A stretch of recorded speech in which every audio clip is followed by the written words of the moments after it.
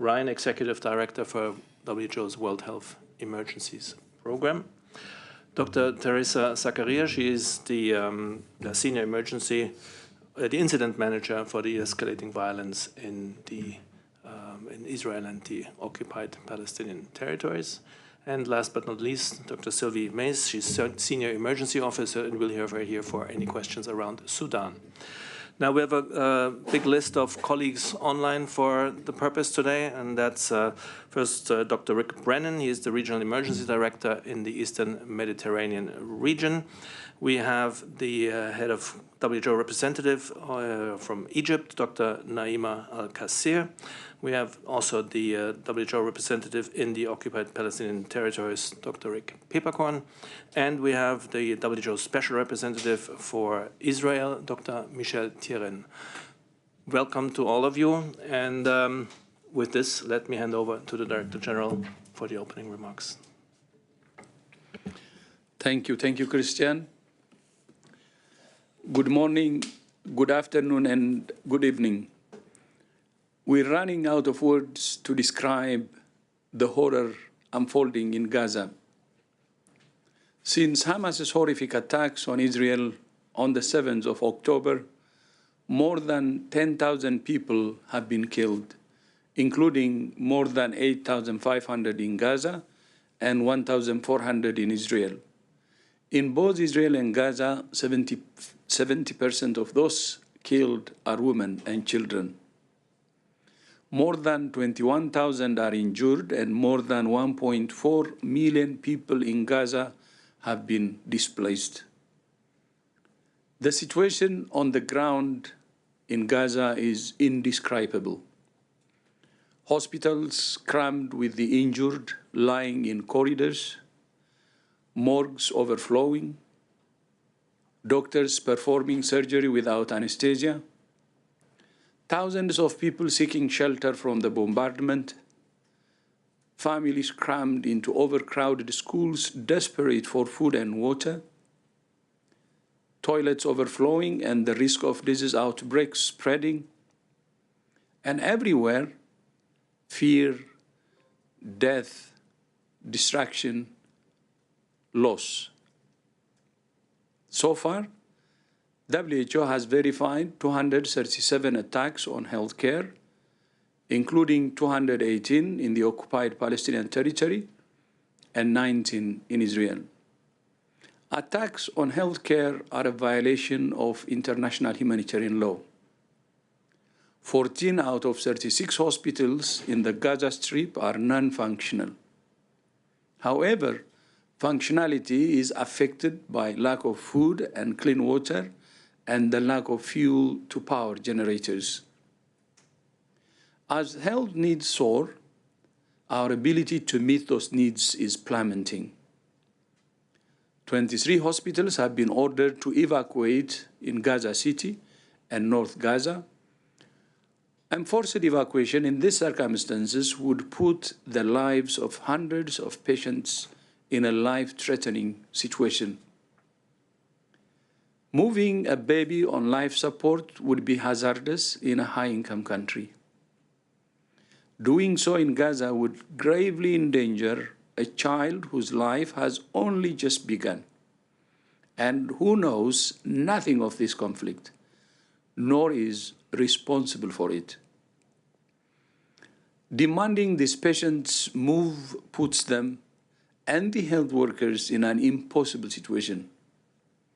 And in most cases, they have nowhere to go.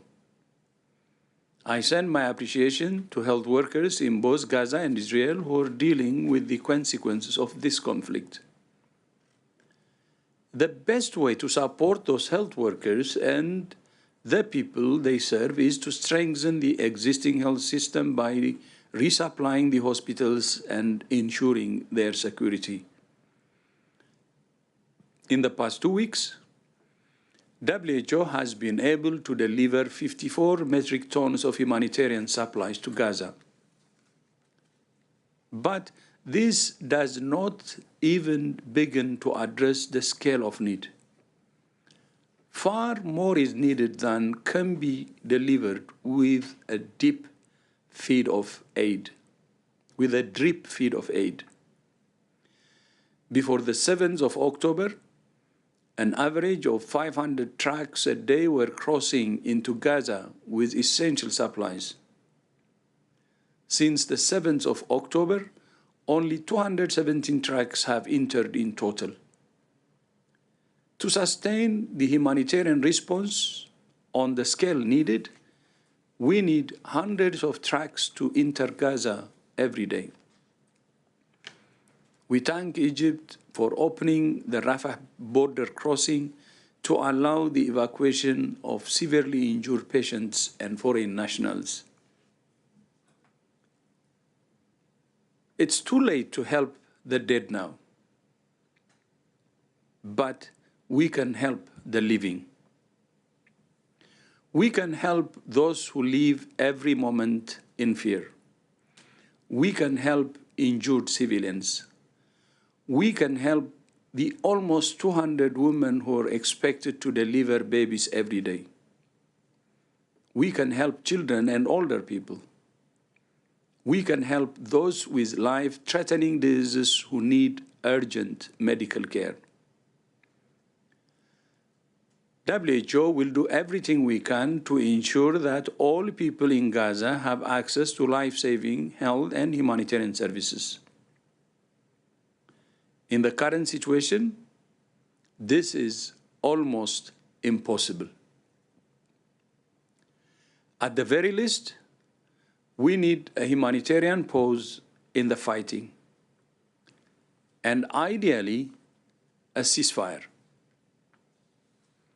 We need unfettered access and safe passage agreed by both parties to ensure the security of access routes. Let me be clear. There can be no justification for Hamas's horrific attacks on Israel. I understand the grief, the anger, and the fear of the Israeli people. I also understand the grief, the anger, and the fear of the Palestinian people. WHO continues to call on Hamas to release the hostages it took, many of whom need urgent medical attention. We continue to call on Israel to restore supplies of electricity, water, and fuel. We continue to call on both sides to abide by their obligations under international humanitarian law. And we call on who can de-escalate this conflict rather than inflame it. With the world's attention is focused on Gaza and Israel, we're continuing to remind the world that we cannot forget Sudan. Since the conflict erupted in April, almost 6 million people have been displaced, including 4.6 million within Sudan. Combined with the more than 3 million people who were already displaced before the war, Sudan now has one of the largest numbers of internally displaced persons in the world. The already fragile health system is buckling under the load of injuries, outbreaks, malnutrition, and untreated cases of diabetes, cancer, and cardiovascular, kidney, and respiratory diseases. In addition to measles, rubella, malaria, and dengue, outbreaks of cholera have been declared in 3 states. WHO is preparing to support cholera vaccination campaigns. More than 70% of health facilities in conflict hotspots are non-functional in conflict hotspots and in areas not directly affected by the conflict. Health facilities are overwhelmed with patients. Critical services have been discontinued in many areas, including for maternal and child care, severe acute malnutrition, and treatment of non-communicable diseases. Meanwhile, the health system itself continues to be attacked. So far, WHO has verified 60 attacks on healthcare since the start of the conflict, including the occupation of a pediatric center in Niala in South Darfur last week. We're pleased that the hospital staff have been released unharmed, but the pediatric center was looted and has had to suspend its operations. I thank all health workers in Sudan, most of whom have not been paid in 6 months, but continue to serve in the most difficult context. While talks between the parties to the conflict have resumed in Saudi Arabia, there is no sign of improvement on the ground. We call on the parties to implement the commitments they made in May this year. The late Kofi Annan said that suffering anywhere concerns people everywhere. The suffering of civilians in the occupied Palestinian territory, Israel and Sudan, and in so many other crises must concern all of us. WHO is doing everything it can to alleviate suffering in all of these places. But in each case, the ultimate solution is one thing we can't provide: peace. Christian, back to you. Thank you very much, Dr. Tedros. And with this, we're opening the line for questions and answers now. Let me remind you, in order to get into the queue for questions, please raise your hand with the raise your hand icon. And we'll start with Jennifer Rigby from Reuters. Jen, please go ahead and unmute. Hello, thank you for taking my question. The question is about Gaza. It's slightly two-part. The first is, do you have any estimate for how many people have died in Gaza outside the bombings from the casualties from bombing? And is there any kind of count of that from the authorities or from WHO? And also, who's the most vulnerable? And then the other question is WHO working with Israel to set up a field hospital in Gaza? Thank you very much, Jen. And I guess we go to Dr. Rick Peppercorn, the WHO representative in the OPT. Rick.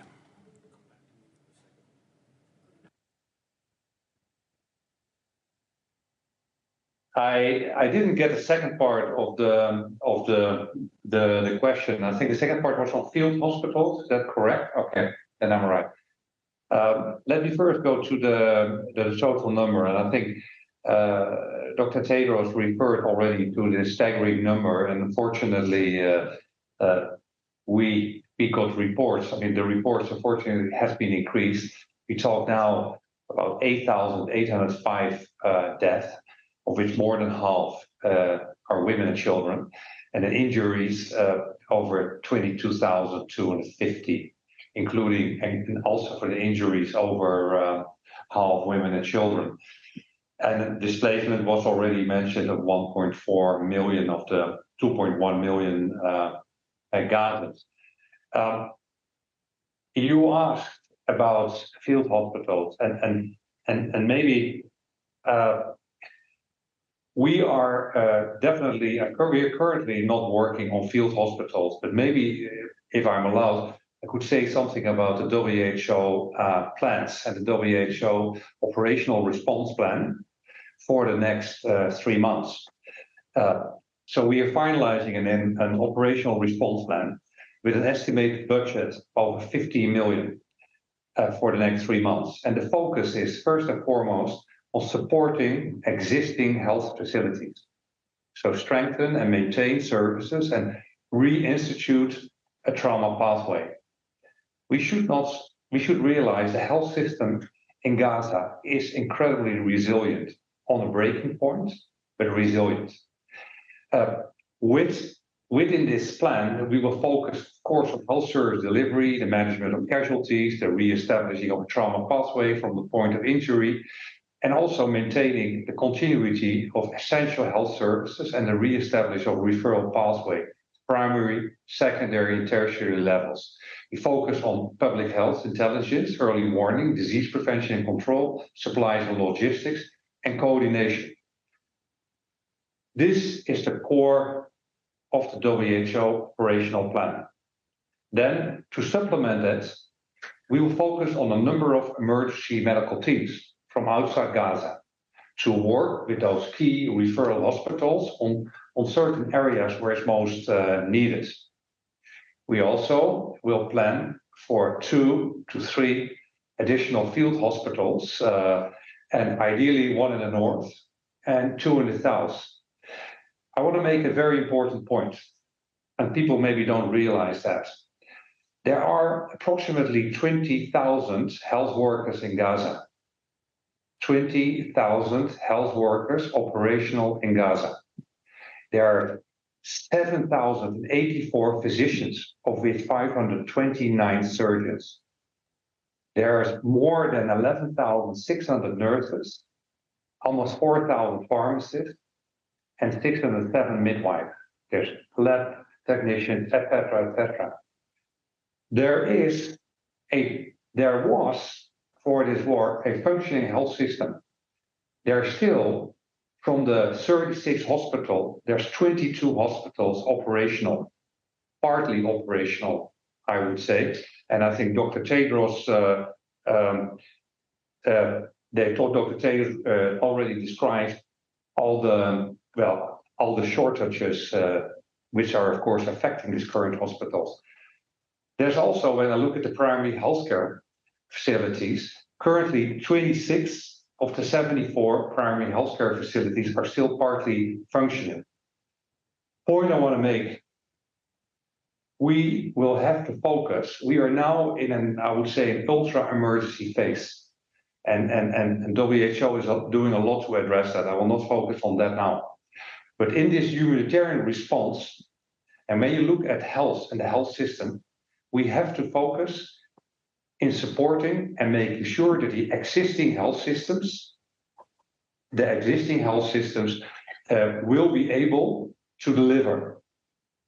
It will be really a bit delusional if you think that with a few EMTs from outside or setting up a few hospitals, that we can supply appropriate or even a minimum level of health services for 2.2 million Gazans. For that, and to have, of course, this plan to make sure it's operational, we need ideally a humanitarian ceasefire, but we definitely need safe passages, humanitarian corridors, and a sustained access to the needed supplies. Over to you. Apologies for taking so much time. Thank you very much, Dr. Peeperkorn. We go to Dr. Mike Ryan, and maybe if we can also, we have a question about the clarification, whether we said 15 or 50, 15 or 50 million for the operational plan, if we have that. Yeah, I think 50, but 15. Yeah. 15, 15. Dr. Ryan, please, for the other part. 50. Yeah. 5. Okay, so now, not to confuse everybody, 50 million for the operational plan. 50. Thank you, Dr. Peeperkorn. And now to Dr. Mike Ryan, please. I just want to reinforce the point that Rick made. The best and most effective and most rapid way to save lives is to support the existing system. Rick laid out the numbers to you there.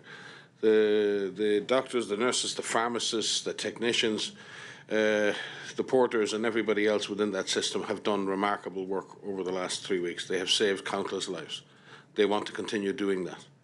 The facilities are there, machinery is there, the beds are there, the operating theatres are there.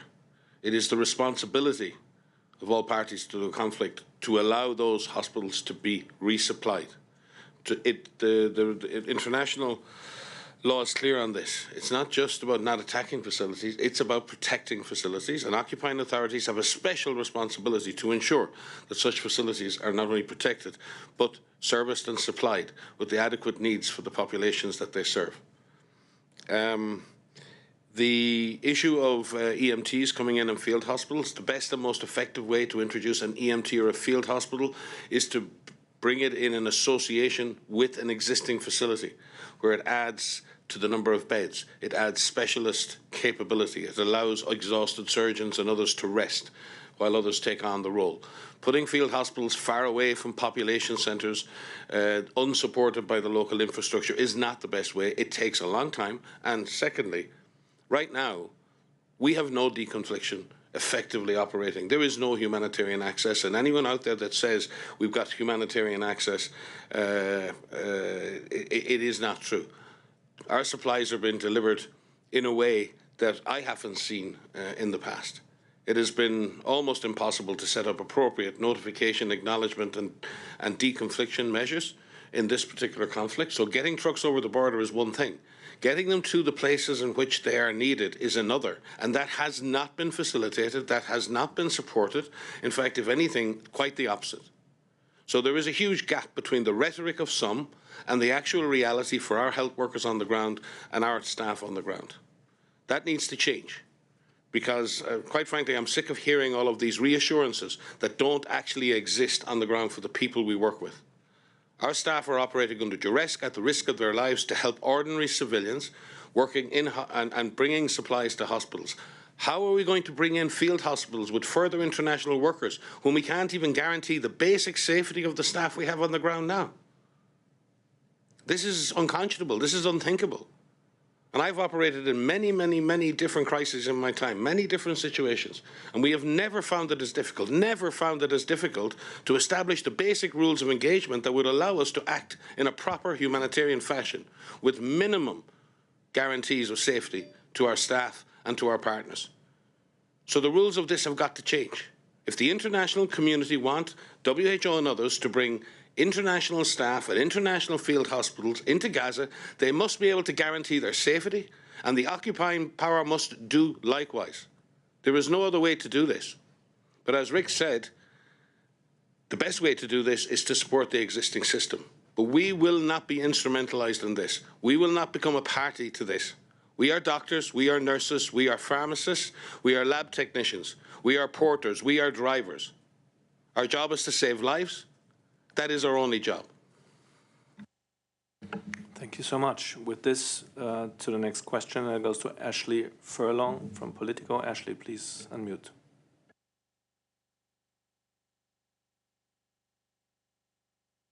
Hi, thanks for taking my question. I wanted to know if you have the numbers for how many injured have been able to cross into Egypt, and possibly also if you could try to set out how health workers decide who is transported, and how you sort of triage those patients. It's obviously an impossible decision, and I wondered if there's any the WHO has any sort of guidance on that. Thank you. Thank you very much, Ashley. And for the first part, we start with Dr. Nima Al-Kassir. She's the WHO representative in Egypt. Nima, please go ahead.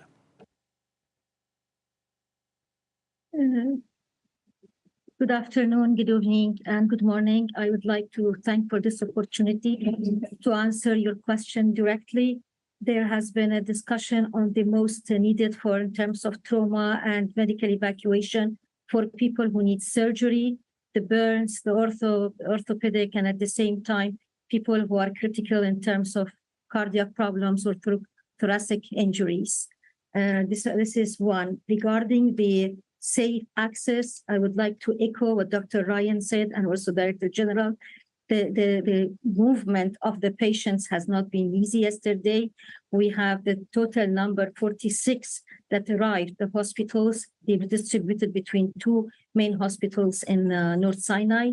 And at the same time, we know that they have been accompanied by 36 family members. Some of them have been only by one or a couple of two. The decision on who should be coming in, and at the same time has been a consensus between several parties, as we understand, especially between the Ministry of Health in Palestinian territory and Ministry of Health in Egypt. This is the latest that we have. One of the critical aspects that there has been so many, more like 365 international, some people call dual, some of them are international, that yesterday have arrived and they have been safely checked at the border and passed. 35 children who were given their immunization at the border, polio, because of the fear. This is just quickly to answer this question. However, the concern is the movement has not been as easy, and already Dr. Mike Ryan said, it's not as easy as we think. You just open the door and the movement has happened. It started from 11 o'clock in the morning until 10 o'clock at night, and it was trickling. And at the same time, very slow, as I understand. Now that I'm talking with you, I have one of the WHO colleagues from country office at the border since 11 o'clock in the morning. And he said only 3 UN Italian passed, and it was they were taken by their embassies and left. No patient yet. Ministry was expecting patients since morning to come through. And this shows the complexity allowing safe passage, humanitarian access, more importantly, ceasefire. There is a fear of movement by the patients, by their families.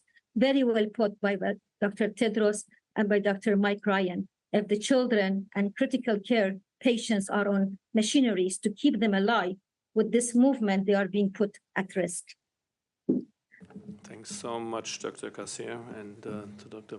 Mike Ryan, please. I just want to add a note of thanks, and Dr. Tedros mentioned this, but particularly to the Ministry of Health in Egypt and to His Excellency the Minister of Health, Dr. Khalid Abdul Ghaffar, because the work that's been done in Egypt over the last number of weeks in terms of medical evacuation preparedness has been truly state-of-the-art. While I was in Al Arish with Dr. Safan, the head of the hospital's directorate, we were able to, with Naima, who's just spoken so wonderfully, we were able to visit the Al Arish Hospital. We were able to visit the ambulance teams. There are 65 ambulances on standby with full resuscitation capability. There are 13 emergency physicians assigned to those ambulances for the most difficult cases. Al Arish Hospital has full resuscitation capability, 30 ICU beds, 6 pediatric intensive care beds, and also has Egypt has brought a number of specialist surgical teams in to work in that hospital, including burns, thoracic surgery, reconstructive surgery, plastic surgery, etc. There is a very intricate and well-worked secondary layer of hospitals that have been identified to take patients on further referral, and the Ministry of Health have also built a stabilisation and triage unit at the Rafah border. All the preparations are there on site. On the Egyptian side, it is in place. It is highly professional, but as Naima has outlined, the problem is getting safe passage for very scared patients and others in moving towards that border. Again, reflecting the terrible complexity of the situation on the ground in Gaza. Thank you very much, both. Next question goes to Ari Daniel from NPR. Ari, please go ahead and unmute. Yes, thank you so much. I guess my question is around a report that the Foundation for Defense of Democracies put out, and they said that there's concern that Al-Shifa Hospital, which is the largest in Gaza, is, according to credible reports, a Hamas base of military operations. And I was just wondering on the WHO's perspective around potentially disentangling the critical need for care in these hospitals and the potential complications of them being used as a base for military operations. And secondly, if there's time, I'm wondering about what sort of support's being offered for the mental health side of things in Gaza? Thank you. Thank you very much, Ari. Very different questions, and we'll start with Dr. Ryan on the Al-Shifa first. Yes, the reality on the ground at Al-Shifa and other hospitals is that we have thousands of health workers, thousands of patients, probably hundreds of thousands of civilians sheltering at these multiple facilities, particularly all over, but in the north now where they're effectively cut off from any assistance. The rules are clear on this. Healthcare must be protected. We have no information. I know what's going on above the ground. We know what's going on above the ground. We deal with the doctors, the nurses, and the administrators at that hospital and all of those hospitals. And they're crammed full of patients, ongoing operations, intensive care, and much, much else. And in that context, we have no information on what may be happening elsewhere or underneath these facilities. That's not information we would have. It's not information we could verify. The misuse of facilities, and Dr. Tedros just outlined an example from Sudan, where the misuse of facilities for military purposes is equally outlawed under international law. The difficulty here is separating the needs of 50,000 people, for example, at Al-Shifa Hospital, civilians, doctors, patients, and others. We have no independent verification whatsoever of any of the information that you refer to. And in this situation where such an eventuality occurs, again, it is the responsibility of the occupying power to not only agree with the local health authorities on an evacuation, but then if that does happen, that has to be fully facilitated, fully supported logistically, and those patients, those doctors need to have a place of safety to go where the patients can receive an adequate and similar amount of care. None of those criteria are met. Those patients cannot be moved. Those doctors and nurses will not leave their patients. And all we know is that that is the situation above the ground in those facilities, and particularly at Al-Shifa. We have no knowledge of anything else to which you speak, and no evidence, likewise, that assertion is true. There's lots of misinformation and disinformation in war. We're all subject to it. We're all victims of it. All we know is that we are supporting the thousands and thousands of patients, civilians, and health workers who continue to try and deliver life-saving health care in hospital facilities all over Gaza. Thank you, Dr. Ryan. And for the question about the mental health facilities or options, we'll try and go with Dr. Rick Peppercorn from the Jerusalem office for OPT. Yeah, thank you very much. I want to stress, first of all, mental health, psychosocial support is possibly and specifically in occupied Palestinian territory is one of the biggest needs, and specifically when you look at Gaza, but also apply for the West Bank, East Jerusalem, etc. The many escalations, crises, wars they've gone through. The needs is always been tremendous, and currently the mental, there is what I know, there's actually one specific hospital for mental health patients, which is still partly functional, but that's just a very small part of that. WHO, in the past, we always have been supporting the whole area of mental health and psychosocial support, and as to strengthen mental health and psychosocial support in primary healthcare and creating referral pathways, etc., at all levels. And we continue to do that. Actually, we were just starting with a new grant when this all happened. So we would focus on this on this again. At the moment, we talk, of course, about the mental health, psychosocial needs for many in Israel, and an enormous amount, I think, everyone in Gaza. Everyone in Gaza. Just yesterday, I just want to read, we had an all-staff meeting with my teams in Gaza, and a lot of people were actually online. It was, of course, a very, as you can imagine, a very trying and emotional meeting. Some of my staff is incredible. I think they're all incredible, but some of them are still fully operational, risking their lives to make sure that essential supplies and medical supplies go to the hospitals and health facilities, to PRCS, to UNRWA facilities where it's most needed. WHO delivered already three times, both to facilities in the north, facilities in the south, with my staff risking their lives to do that. But I can tell you that this is about UN staff, and people will argue, oh, they're even a bit more privileged than the other Gazans. There were other many of my staff, they were completely desperate, utterly desperate, and utterly depressed, and no vision about life anymore. Well, this is a group of what a lot of people would call privileged staff. So think about the rest of the Gazans, and the Gazans, I mean, like being under blockade for the last 15 years, going through multiple escalations and wars, etc. So yeah, there's an enormous need, and this is just the population. I'm on direct contact with the health workers, with surgeons at various hospitals.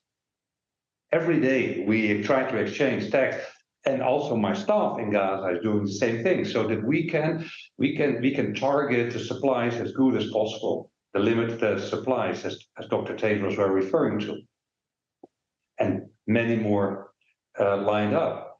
And we, of course, get also very disconcerting information about them, their mental health state, of the health of the health workers. So yeah, this is one of the top priorities, and also in our 3 months plan is one of the key topics as well to be addressed. Over to you. Thank you so very much, Dr. Peperkorn. For this, we also need to go to Dr. Michel Thyrion, who's our special representative in Israel. I'm sure he has a lot to add here. Over to you. Thank you, Christian. On this side, it's a whole shadow of trauma that is spreading across the countries. The survivors, the family of hostages, the witnesses of atrocities, the displaced population, the hosting communities of those displaced people and survivors. I would even say the decision makers. The whole country is plunged in a night of trauma, and the trauma spreads a bit like a virus. People, there is gradient of trauma with people that are linked together. There are people who stay too long in contact with stories of others. It's really an issue that must be stopped. The Ministry of Health has insisted on the urgency to restore a nationwide mental health resilience. And we have been discussing this the whole day yesterday with health authorities in the presence of Dr. Hans Kluge, who came here also to pay sympathy to those people who are traumatized. I think there is an urgent mental health collapse here in Israel, and it will be urgently addressed, and we are working on that on this side. Thank you very much, Dr. Thyrion, and thanks to all of you. The very grim picture you're painting there. Next question goes to Gabriela Sotomayor from Progreso. Gabriela, please go ahead and unmute. Yes, thank you very much, Christian.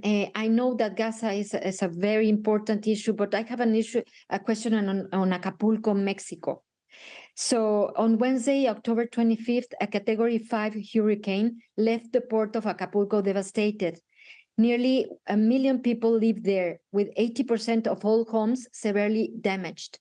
Severe damage is also present in the hospitals. There's still no access to water, food, medicines, electricity, and fuel is scarce. With the heat and bodies still under the rubble, this could lead to disease outbreaks such as cholera or dengue. The number of deaths are at this moment 46, but a lot of people are looking for their loved ones.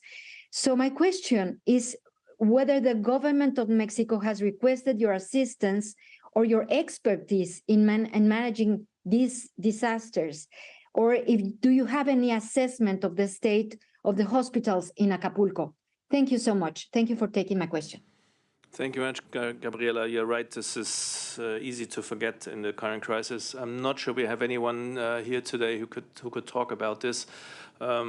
Maybe Dr. Ryan can try. No, we will come back to you on this. Dr. Ciro Ugarte is a regional emergencies director, and I know that our team in the Pan American Health Organization, the Americans regional office for WHO, are in close contact with the authorities in Mexico and offering assistance. So I would have to update you later on the specifics of what assistance has been requested and what can be provided. But again, our condolences and our hearts go out to people caught in these rapid onset natural disasters, which are becoming increasingly more unpredictable, increasingly more impactful, and they destroy lives all over the world. Climate change is here. The emergency is now. And many people around the world are paying the price for our climate inaction. Thank you. Yeah, thanks so much, Dr. Ryan. And we said we'll connect you afterwards. Please get in touch. Next question, I think it's a follow-up, goes to Jen Rigby, and I have a sense we forgot a part of your question before, so please go ahead and ask Jen.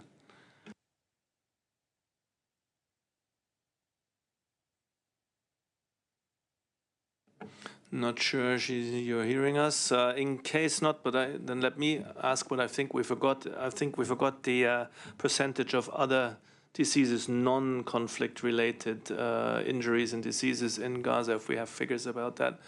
Not sure we have. Perfect. Dr. Teresa Zakaria, the incident manager, please. Thank you very much for this question. So I'll have to be honest, I don't have precise numbers for this.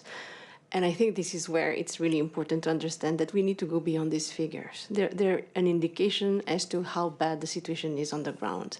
And people may be dying because of complicated heart disease, but why does that person die in the end? It's because the person cannot access hospitals. Why? Because perhaps their neighborhoods was bombed, the road leading to the hospital was bombed.